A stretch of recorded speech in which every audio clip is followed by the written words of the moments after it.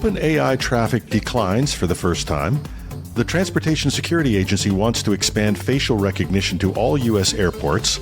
Another colossally influential Reddit forum is pulling back, and don't spend that $300,000 salary you're going to make as a prompt engineer just yet.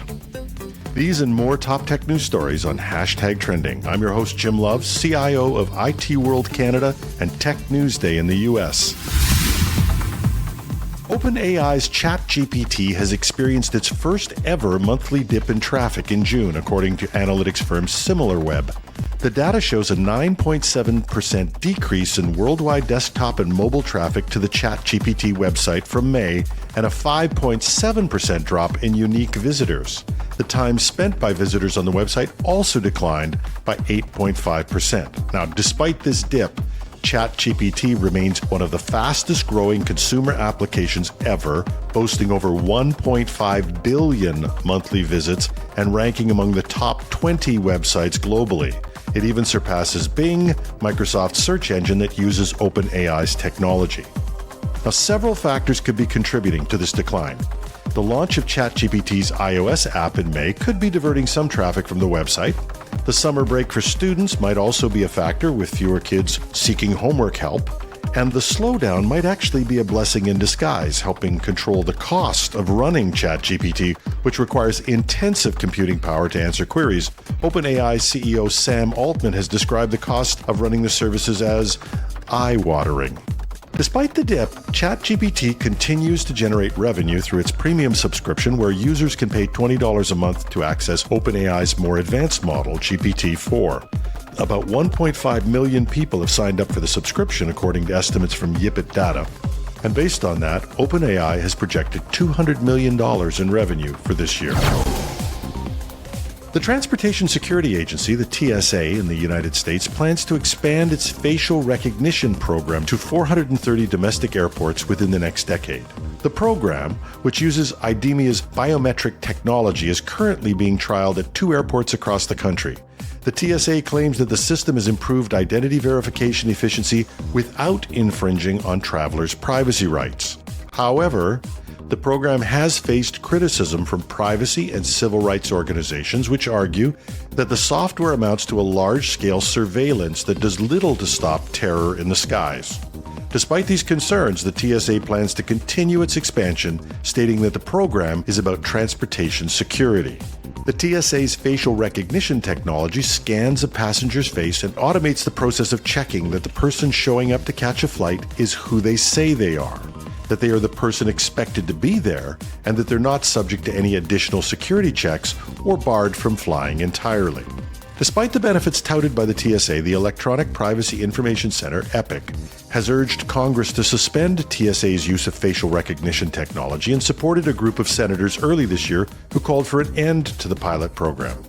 EPIC cites not just privacy but also bias concerns. The technology has been known to misidentify women and people with darker skin, as well as a lack of regulatory oversight. The TSA has responded to these concerns, stating that live photos and ID photos are overwritten by the next passenger's scan and are purged when the officer logs off or turns off the machine. The agency also claims that their assessment has revealed that the algorithm they are using is top of the line for accuracy across race, gender, and ethnicity. However, these assessments are not public, so their findings cannot be independently verified. In a quiet move, Twitter has removed the login requirements for viewing tweets. The change comes just days after the platform began enforcing users to log in to view tweets. The shift was noticed when tweet previews began appearing in Slack and WhatsApp, and Twitter previews were visible on iMessage. The login requirement was initially introduced as a temporary emergency measure to prevent data scraping, according to a tweet from Elon Musk. However, Twitter has not made an official announcement about the removal of the login requirement or provided details on what measures it has taken to prevent data scraping. The move comes as Meta is set to launch its own text-based app, Threads. Interestingly, Threads also briefly allowed users to view posts on the web without logging in before pulling the links. It is expected that people will be able to see Thread posts without an account when the app officially launches. Over the weekend, Musk also implemented read limits of 1,000 posts per day for unverified users and 10,000 posts per day for verified users as a measure to combat data scraping. According to a company blog post, this change has affected a small percentage of people, and the effects on advertising have been minimal. Reddit's popular Ask Me Anything feature, with over 22 million subscribers, is undergoing a significant change. The moderators of the r/IEMA subreddit, which hosted AMAs with high-profile figures like Barack Obama and Bill Gates, have announced that they will no longer perform their usual duties. This includes soliciting celebrities for AMAs, coordinating with PR teams, maintaining a scheduling website, and running various bots. This comes in the wake of Reddit's controversial API pricing changes, which we all know have upset a large portion of its user base and led to the closure of many third-party Reddit apps. The r/IEMA subreddit will continue to exist, but its moderators warn that most of what makes it special will be undermined. They will leave proof and requests for verification up to the community and limit themselves to removing rule-breaking material. While Reddit may have won the battle for revenue from API traffic, the move suggests they might lose the war in terms of their ability to maintain a volunteer army of content providers. The transition marks a significant shift for a subreddit that has attracted global attention and brought in visitors who weren't previously regular Reddit users. With moderators stepping away from their duties and being replaced as needed, the future of Reddit's AMAs is uncertain. Generative AI has the potential to revolutionize various sectors, but its adoption in business is being hindered by a significant skills gap and trust issues, according to a survey of over 2,000 sales and service professionals. The survey revealed that more than 50% of these professionals don't know how to extract maximum value from generative AI. The survey found that only 41% of employees are currently using or planning to use generative AI. Marketing leads the adoption with 51%, followed with sales at 35% and service at 24%. Despite the deterministic nature of service transactions, which makes them ideal for AI adoption, the service sector lags far behind. The biggest obstacle to the adoption of generative AI is the skills gap. Most sales and service professionals do not know how to get the most value out of generative AI at work. The skills gap is compounded by the fear factor of job losses, with 48% of service and 39% of sales professionals worrying they'll lose their jobs if they don't learn how to use generative AI at work.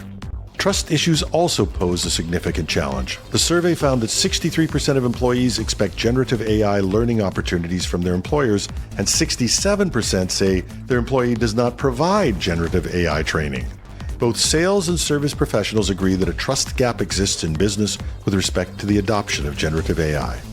In conclusion, while generative AI holds immense potential, businesses need to invest in training their employees and building trust to fully leverage its benefits. Prompt engineering. It's the darling of the AI world, and it's facing a sunset. Why? Well, three big reasons. First, AI is getting smarter, fast. It's beginning to understand our words and phrases, reducing the need for finely tuned prompts. Second, AI is already crafting its own prompts. With the advancements in AI like GPT-4 and the upcoming GPT-5, the machines are, frankly, taking over. Lastly, prompts aren't a one-size-fits-all. They're custom-made for specific AI models and versions, limiting their versatility. But don't fret. There's a new skill on the horizon that's set to withstand the test of time: problem formulation. It's all about how we humans identify, analyze, and define problems. Once we can illustrate the problem, AI will provide the most efficient way to counter it. So while prompt engineering may have been the hot topic, it's time to shift our focus to problem formulation. It's the bigger picture, the broader strokes.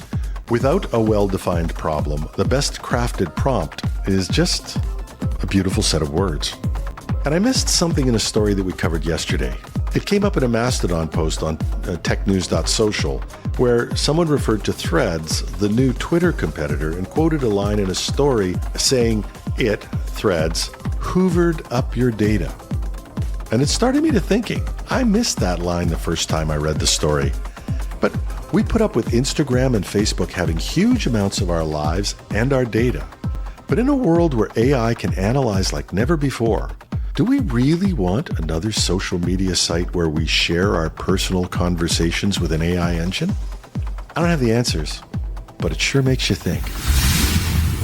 And that's the top tech news stories for today. Hashtag Trending goes to air 5 days a week with a special weekend interview episode called Hashtag Trending, the Weekend Edition.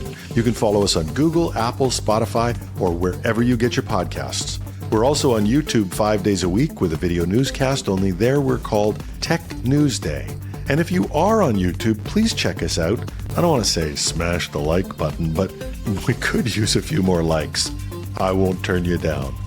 And if you want to catch up on news more quickly, you can read these and more stories at technewsday.com and at itworldcanada.com on the homepage. We'd love to hear your comments, and you can find me on LinkedIn, Twitter, or on our Mastodon site, technews.social, where I'm at The Real Jim Love. Or if this is too much to remember, just go to the article at itworldcanada.com/podcasts. You'll find a text version with additional links and references. Click on the X if you didn't like it, click on the check mark if you did, and tell us what you think. You don't have to be eloquent in your comments. Don't have to be a prompt engineer. Our generative human intelligence will take in all your comments gratefully. I'm your host, Jim Love. Have a thrilling Thursday.